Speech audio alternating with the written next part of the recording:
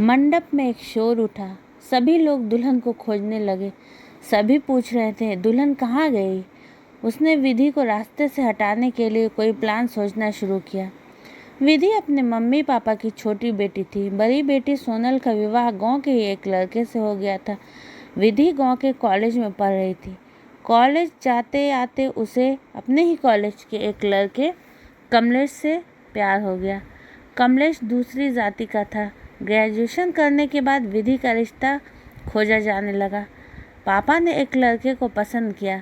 विधि mummy papa के कमरे में पहुंच गई। उसने मम्मी से कहा, मम्मी, मैं एक लड़के कमलेश से प्यार करती हूँ, उसी से शादी करूँगी। मम्मी ने जब ये सुना तो उनके चेहरे पर चिंता की लकीरें खिंच गई।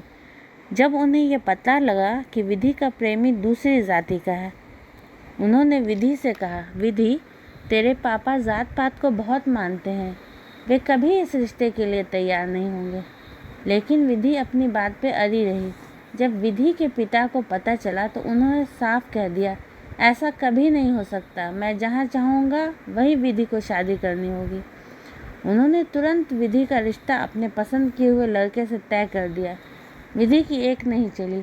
विधि ने सोचते सोचते कमलेश को कॉल किया। कमलेश, पापा ने मेरा रिश्ता तय कर दिया है। 20 दिनों बाद मेरी शादी है, तुम कुछ करो। क्या करूं विधि, समझ में नहीं आ रहा।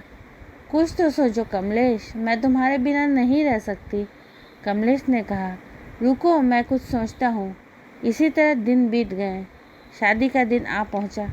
विधि ने कमलेश को कॉल की, कहा, कमलेश, मैं सुसाइड कर लूँगी, नहीं तो कुछ करो। कमलेश ने जवाब दिया, विधि, अब एक ही रास्ता है, हम भाग चलते हैं। विधि दुल्हन बनी थी। उसने भागने का फैसला कर लिया। पीछे वाले दरवाजे से विधि दुल्हन के लिबास में भाग गई। जब मंडप पर दुल्हन को बुलाने मम्मी आई तो विधि गायब थी। मम्मी ने दीदी को कहा, बात फैल गई, एक शोर मच गया। सब पूछ रहे थे, आखिर विधि कहाँ गई? माँ का रो रो कर बुरा हाल था। बारात वापस लौट गई। विधि ने उनकी इज्जत पे धब्बा लगा दिया। 2-4 दिनों बाद पता चला विधि ने कमलेश से शादी कर ली। कमलेश विधि को भगाकर अपने दोस्त के घर ले गया, जहाँ दोनों की शादी संपन्न हो गई। विधि को कमरे में बैठा दिया गया। आज विधि बहुत खुश थी। सुहाग सेज पर कमलेश का अधिकार हो चुका था। आने वाले रोमांचक पलों का सोचकर विधि मुस्कुराने लगी।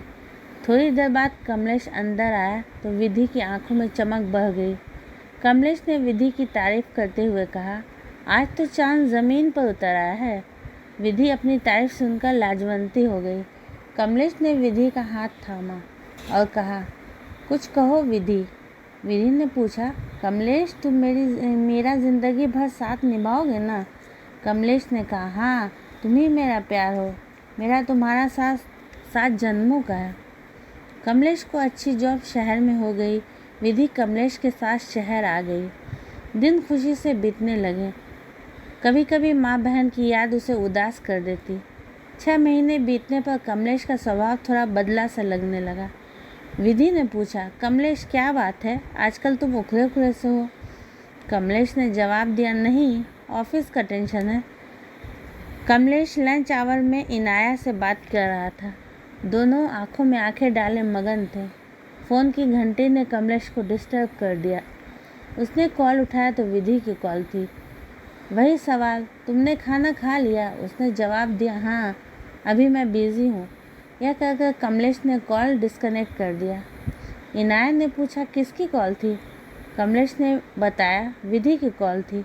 इनाया ने कहा, कमलेश, तुम मुझसे कितना प्यार करते हो? कमलेश ने कहा, डार्लिंग, मैं तुमसे बहुत प्यार करता हूँ। तुम सुंदर, स्मार्ट, सोशल हो। विधि तो एक घरेलू लड़की है। मैं अब तुमसे ही शादी करूँगा। कमलेश को विधि अब अच्छी नहीं लगती थी। वह विधि को रास्ते से हटाने की तरकीब सोचने लगा। इनाया से उसका ताल्लुक गहरा होने लगा। इनाया चाहती थी जल्दी से उसकी शादी कमलेश से हो जाए। कमलेश ने सीढ़ी पर तेल की बूंद गिरा दिया। उसने विधि की जान लेने का इंतज़ाम कर लिया। जैसे ही विधि नीचे जाने के लिए ऊपर से नीचे उतरी, वह फिसलकर गिर गई, परंतु उसकी जान बच गई। अब कमलेश परेशान हो गया। विधि बेड पर रहती उसका पैर ठीक से काम नहीं कर रहा था। विधि बहुत मुश्किल से खड़ी हो पाती। कमलेश और इनाया बाहर मिलते, होटल रेस्टोरेंट में जाते। विधि मायूस सी पड़ी रहती। कमलेश अब कोई और तरकीब सोचने लगा। उसे अब विधि नहीं इनाया चाहिए थी, लाखों कमाने वाली इनाया। एक दिन कमलेश घर जल्दी पहुंच गया। उसने सोचा आज विधि को धक्का दे देगा। जैसे ही विधि कमरे से बाहर आई, उसने उसे धक्का दिया। विधि को लगा उसे धक्का दिया गया है। वो आश्चर्य से कमलेश को देख रही थी। इतने में कमलेश का पैर फिसला और वो नीचे गिरा। विधि गिरते गिरते रेलिंग को पकड़ चुकी थी। पासा उल्टा पड़ चुका था। कमलेश दर्द से कराह रहा था। विधि अभी भी आश्चर्य से उसे देख रही थी। विधि ने अपने आप को संभाला और रेलिंग पकड़कर नीचे कमलेश के पास आ गई। उसकी आंखों में दुख, आश्चर्य, शिकायत सब कुछ था। विधि की आंखें कमलेश से सवाल कर रही थी।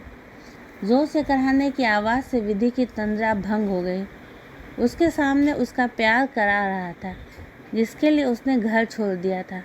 आखिर उसे कमलेश पर दया आ गई। उसने हॉस्पिटल कॉल किया। एम्बुलेंस से कमलेश को हॉस्पिटल ले जाया गया। साथ में विधि भी गई। कमलेश को एडमिट कर दिया गया। विधि को लगा उसने माँ बाप की इज्जत की परवाह नहीं की थी। कमलेश के लिए उसी बात की सज़ा है शायद। उसने कांपते हाथों से अपनी बहन सोनल को कॉल किया। सोनल ने जैसे ही कॉल पिक किया, विधि की सिसकियों की आवाज़ उसके कानों से टकराई। सोनल लाखों में अपनी बहन विधि की आवाज़ पहचान सकती थी। उसने चिल्लाकर कहा, विधि कैसी है तू?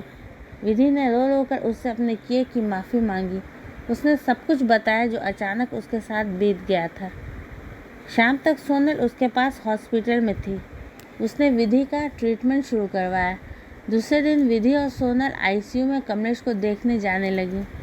धोखेबाज ही सही, विधि ने उससे टूट कर प्यार किया था। अचानक हॉस्पिटल के रिसेप्शन पे एक सुंदर सी लड़की को कमलेश का पूछते सुना।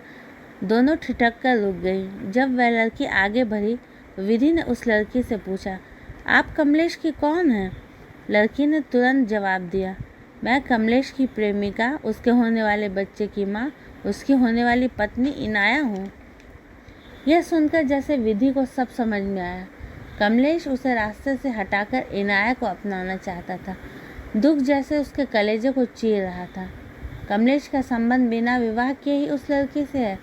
क्या कमलेश ऐसा गिर गया? मेरे प्यार में क्या कमी थी? ये सारे सवाल उसके दिमाग में गूंज रहे थे। इतना बड़ा धोखा! कमलेश ने सारा भरम ही तोड़ दिया। जिस सवाल का जवाब वह कमलेश से पूछना चाहती थी, उसका जवाब उसे मिल चुका था। वो कमलेश से नफरत करना चाहती थी। अब कुछ भी नहीं था।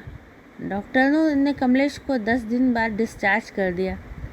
सोनल ने विधि को कहा, विधि चलो घर चलो, कमलेश को उसकी बहन के हवाले कर दो।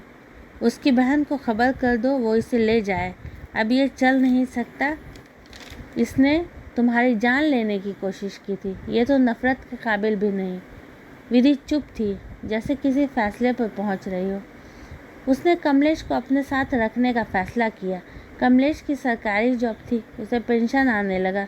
विधि चुपचाप उसकी देखभाल करती। कमलेश की निगाहें आंसू से भरी रहती। वो जब भी बोलने की कोशिश करता, विधि वहाँ से हट जाती। कमलेश अपने किए की सज़ा भुगत रहा था। उसकी ऐसी हालत जानकर इनाया भी उसे छोड़ गई। अब तो विधि का ही सहारा था। इसी तरह साल भर बीता। कमलेश अब कुछ ठीक हुआ। वो अपने पैरों को हिला सकता था। आज भी वह विधि से माफ़ी मांग रहा था।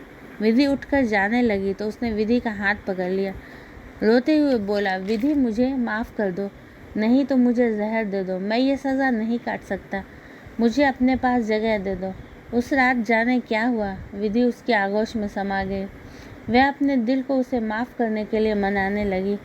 व्यूअर्स, आपको ये कहानी कैसी लगी? ऐसी ही अच्छी अच्छी कहानियों के लिए मेरे चैनल को सब्सक्राइब कीजिए। मेरी वीडियो को लाइक शेयर करना मत भूलिएगा।